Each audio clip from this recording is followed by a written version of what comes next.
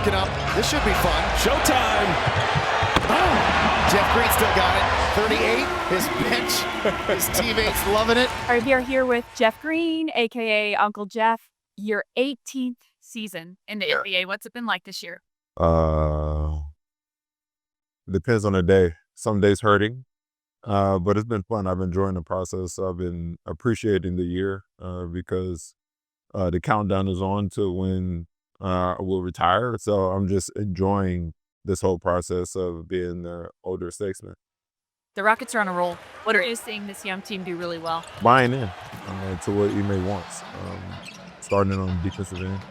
I believe we're number 2 or, we're top 5 on the defensive side. And that's Ime's character. He was a defensive-minded player in the league, and we bought into his schemes, his toughness, style of play, and it's worked for us. So we got to keep it up. We got to keep progressing and getting better. Ime told me that he had you in Brooklyn when he was an assistant, but that when he brought you to Houston, he had a conversation with you saying, I'm going to need you in a different role. What was that conversation like? Just leading by example. Last year was a little easier. It was a little easier on the movement of the body, but just being more vocal, being that player coach, being able to help guys on the floor, being that third eye for guys on things I see. And I think we've been on the same page as far as what we're trying to accomplish, and it's been fun. I'm loving the role. This is the most veteran role you've probably ever had on Of course. You're with so many young guys. What has that been like? It's been fun. It was a learning experience, a learning curve for myself. Playing for so many years, and then now not playing as much as I used to. It's something you got to get used to. You want to be out there on the floor. I'm still competitive. I still have a competitive side, but the task at hand, I have to realize where I'm at. I have to be realistic, be in the moment, be present, and the shift has been good. There's been some times where I fight it, but when I'm watching the young guys going out there and compete, it's fun just watching now.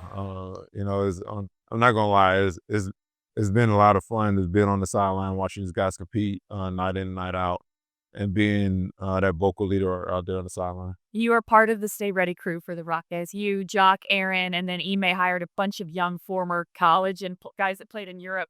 So these games get really competitive. What are the Stay Ready crew games like? I'm not gonna lie, they get really, really competitive. Really competitive. A lot of trash talk, a lot of sour moments when one team wins. It's fun. It's fun, but it's great because you don't lose that competitive edge if you're not playing. You have guys that are capable of playing on this floor, and they're going to test you, especially with the video guys. We have a lot of video guys that play college basketball, overseas basketball. So it's not like they're just out there as a body. Like, they're really out there competing, and it still gives you that competitive edge like you're out there on the floor, but it's on off days. And we enjoy it. We push each other, which is most important. So when the game time comes and our name is called, we're ready. 18 seasons in the league. Is this the best Stay Ready crew you've ever been a part of? Yes. Yes, because I've never been in this position to play in them. But like I said, we got some great guys. We have a lot of guys who are familiar with the basketball court. So it's good to be out there. Morant this time. Oh, my goodness! Blocked the shot off that trampoline again. What are you seeing from Amen Thompson? He's flooring a lot of people, and he played with a lot of superstars. What are you seeing from Amen? Yeah, I mean, I told him that he's probably one of the most athletic guys that I've been around. And I played with Derrick Rose. I played with Russell Westbrook. I played with Vince Carter. Myself being athletic, I played with a lot of athletic guys.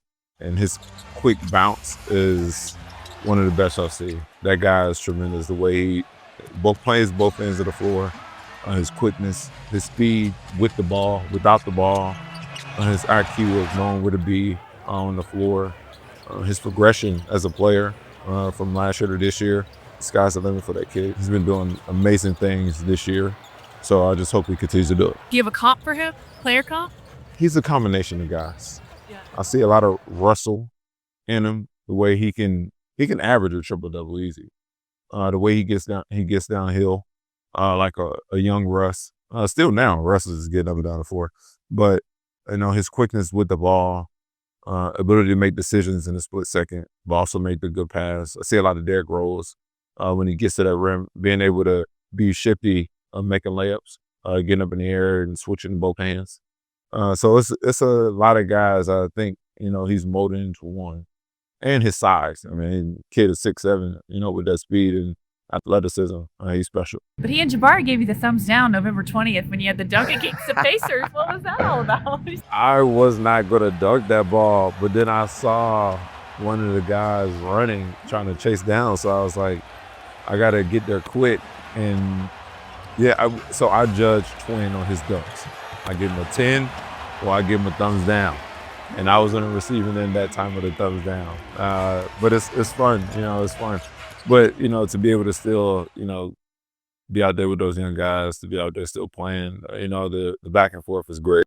Is there lingo that they say that you're like, I don't even know what that means? Yeah, I just walk away. The music, the lingo it's a lot. It's a difference in how I came up and how they come up with how they talk and what they listen to. Do they truly view you as the OG? Oh yeah, without a doubt. Without a doubt. They hate when I'm in the weight room and I get the music first. But a lot of old school rap, a lot of Kendrick, a lot of Nas, Jay-Z, even a little R&B sometimes. So they hate it. All right, last question. When we had Jalen mic'd up, the NBA had Jalen mic'd up, there was kind of a cool moment toward the end of this video. Right now, I love how I got to be aggressive downhill, not east-west. Don't play with the ball.